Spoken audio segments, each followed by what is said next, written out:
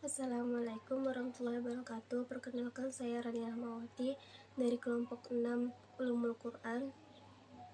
Di sini saya akan menjelaskan tentang tafsir.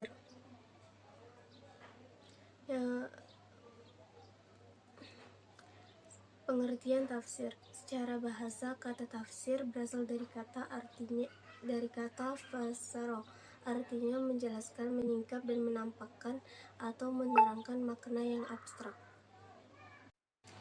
Sedangkan secara istilah, ilmu untuk mengetahui kitab Allah yang diturunkan kepada Nabi Muhammad SAW dan penjelasan maknanya serta pengambilan hukum dan makna-maknanya.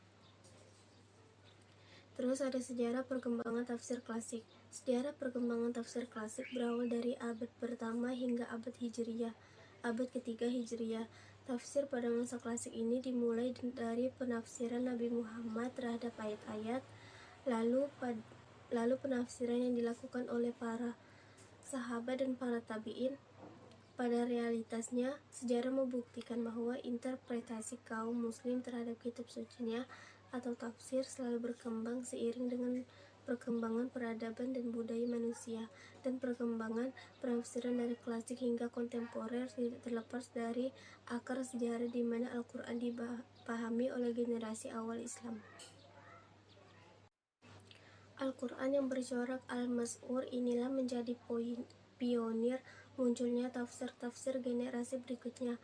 Ada beberapa kelebihan tafsir pada masa klasik ini, antara lain yaitu: pertama, tafsir pada masa awal tidak bersifat sektarian yang dimaksudkan untuk membela mazhab tertentu. Kedua, para sahabat tidak banyak perbedaan pendapat di antara mereka mengenai hasil penafsirannya.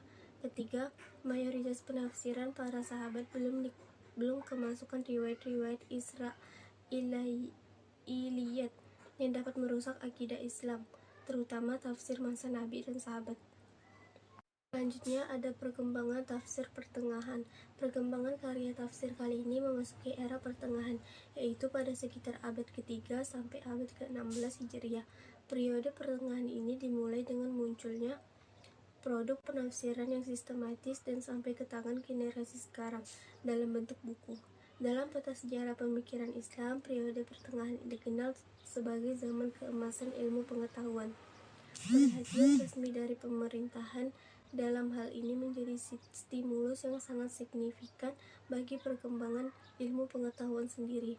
Era pertengahan merupakan zaman keemasan dalam sejarah peradaban Islam, di mana ilmu pengetahuan berkembang pesat seiring dengan masuknya cabang ilmu pengetahuan yang berasal dari luar Yunani Eropa, seperti filsafat dan cabang ilmu yang lain. Sekian materi dari saya tentang tafsir. Kurang dan lebihnya saya mohon maaf. Wabillahi taufiq wal hidayah. Wassalamualaikum warahmatullahi wabarakatuh. Assalamualaikum warahmatullahi wabarakatuh.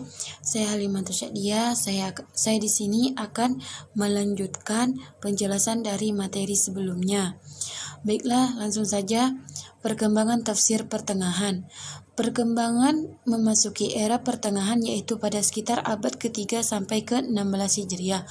Periode ini dimulai dengan munculnya produk penafsiran yang sistematis dan sampai ke tengah generasi sekarang dalam bentuk buku. Dalam peta sejarah pemikiran Islam, periode pertengahan dikenal sebagai zaman keemasan ilmu pengetahuan. Dan selanjutnya, perkembangan tafsir modern. Abad ke-14 Hijriah merupakan era modern, yakni ketika perkembangan budaya umat manusia telah mengalami kemajuan yang sangat pesat. Pada era modern ini, perkembangan pemikiran tafsir mengalami kebangkitan kembali setelah perkembangan pemikiran tafsir mengalami kemunduran pada era pertengahan Islam. Dan selanjutnya, perkembangan tafsir kontemporer. Abad ke-19 adalah abad di mana dunia Islam mengalami kemajuan di berbagai bidang, di antaranya ilmu tafsir. Banyak karya-karya tafsir hasil para ulama pada abad itu. Selanjutnya, perkembangan tafsir kontemporer. Abad ke-19 adalah abad di mana dunia Islam mengalami kemajuan di berbagai bidang. Di antaranya ialah ilmu tafsir. Banyak karya-karya tafsir hasil para ulama pada abad itu. Kemunculan tafsir kontemporer ini dipacu oleh kekhawatiran yang akan ditimbulkan ketika penafsiran Al-Quran dilakukan secara tekstual. Dan selanjutnya ialah macam-macam metode tafsir. Yang pertama, metode tahlil atau metode analisis. Yang kedua, metode ijmali atau metode global. Ketiga, metode mukarram atau metode komparasi atau perbandingan. Dan yang ketiga, metode maudu'i, metode tematik. Dan selanjutnya macam-macam corak tafsir. Tafsir sufi yaitu suatu karya tafsir yang diwarnai oleh teori atau pemikiran tasawuf. Yang kedua, tafsir falsafi yaitu suatu karya tafsir yang bercorak filsafat. Dan yang terakhir, tafsir fikih yaitu penafsiran Al-Quran yang bercorak fikih. Baik, dari saya sekian. Wassalamualaikum warahmatullahi wabarakatuh.